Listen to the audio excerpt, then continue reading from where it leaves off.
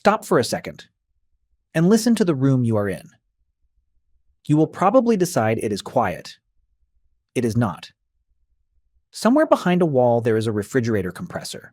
There is a fan inside the screen you are looking at. If you live anywhere near a road, underneath everything else there is a low gray hum with no single source, made of engines and current moving through wires, and it never fully stops. That floor of sound has been under every second of your life. You stopped noticing it the same way you stopped noticing the clothes on your skin. Here is the part that should bother you. For almost the entire time our species has existed, no human being ever heard a sound that did not end. Every noise a person heard for 300,000 years had a beginning and a finish. Wind rose and dropped away. Rain arrived and passed.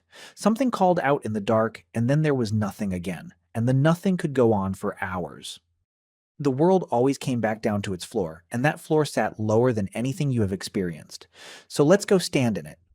What that world actually sounded like, why your ear is still shaped for it, what your brain still does every night because of it, and what happened when we finally built a room with no sound in it at all.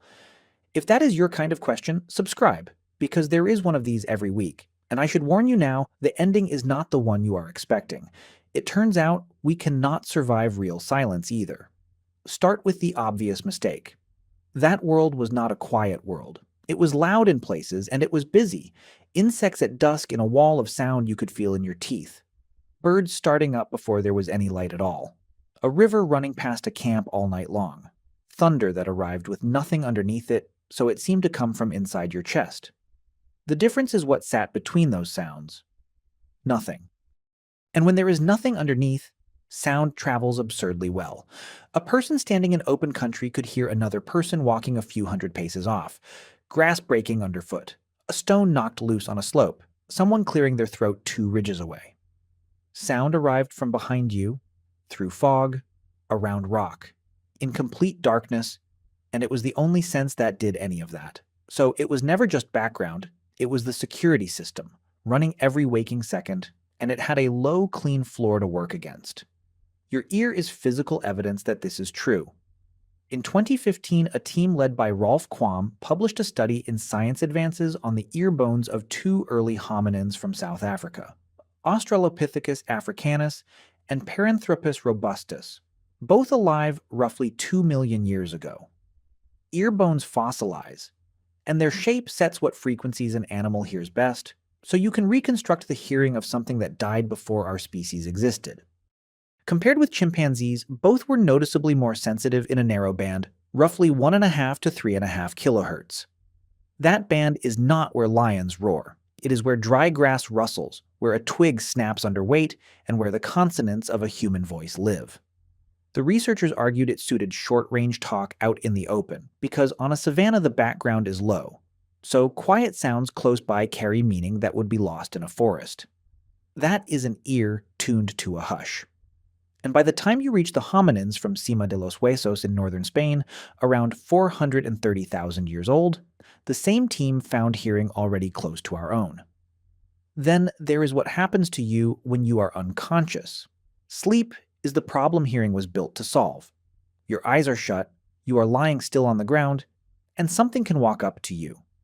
In 2016, researchers at Brown University, led by Masako Tamaki, studied something sleep labs usually try to get rid of. Everybody sleeps badly the first night in a new place. It is such a reliable nuisance that researchers throw the first night's data away. They looked at it instead. Using brain imaging alongside standard sleep recording, they found that on that first night in an unfamiliar room, the 2 halves of the brain do not sleep equally. One hemisphere stays shallower, more alert, faster to react to an odd sound, and quicker to wake the sleeper. They called it a night watch. You have felt this. Hotel room, first night, awake at 3 in the morning for no reason at all. There is nothing wrong with the hotel. Half of your brain has simply decided it does not know this place yet, so it stayed up, listening, exactly as it would have on a night your ancestors spent under an overhang with the fire down to embers. It is not listening for noise. It is listening for the sound that does not belong. Which raises a question almost nobody asks. What happens to a sentry like that when the world it is listening to never goes quiet again? because for nearly all of human history, an unending sound did not exist as a category. Fire crackled and settled. A storm blew itself out. The one thing that came close to permanent was living beside a river. And people who did that stopped hearing it within days, the same way you stopped hearing your fridge.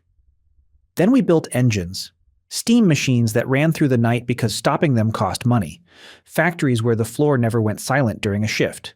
Then electricity, humming in wires strung over every street. Then the internal combustion engine, several hundred million of them, moving at all hours. Loudness was never really the change. Thunder is louder than a highway. The change is that the sound stopped ending. In the space of a couple of centuries, the floor of the human world came up and simply stayed up, and it has not come down since. Here is why that matters more than it sounds like it should. Your ear has no lid. You can close your eyes, turn your head away from a smell, take your hand off a hot surface. There is no equivalent for hearing, because a sense built to warn you while you sleep would be useless with an off switch. So sound keeps arriving whether you are attending to it or not, and the body keeps assessing it below the level of anything you would call thinking. Studies of people living under flight paths keep landing on the same finding. On nights when an aircraft passes, sleeping bodies react. Heart rate lifts, sleep shifts, and in the morning the person remembers nothing and reports a normal night. The watchman is still at his post. He just has not had a quiet shift in about 200 years. If that landed, tap the like button. It really does help this channel find people. So where did the old floor go? There is a map of that, and it is bleak.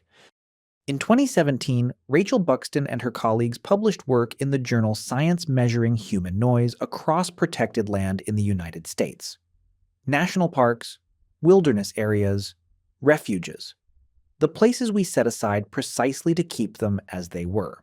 Human noise had doubled the natural background sound level in 63% of them. In 21%, it had multiplied it by 10 or more. One man has spent his working life chasing the exception. Gordon Hempton is an acoustic ecologist, which mostly means he sits still in wet forests holding a microphone. His standard is simple: sit and wait. If 15 minutes pass with no human-made sound of any kind, the place counts. In 1984, in the state of Washington alone, he logged 21 places that passed. By 2007, 3 were left. In 2005, he walked about 3 miles up the Hoh River Trail in Olympic National Park and set a small red stone on a moss-covered log. He calls it 1 square inch of silence. There is no fence and no ranger. When something flies over and breaks the quiet, he works out who it was and sends them a recording of what they interrupted.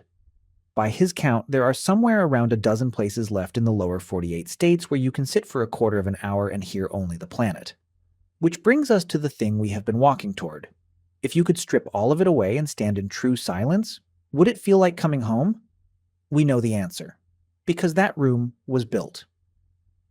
At Orfield Laboratories in Minneapolis, there is an anechoic chamber, walls and floor and ceiling covered in fiberglass wedges, wrapped in layers of steel and concrete. It has been measured at around -25 decibels, which is below the threshold where human hearing begins. Guinness has certified it as the quietest place on Earth. People pay to sit in it. Most of them do not last. Your ears adjust within a minute or two, and things start arriving.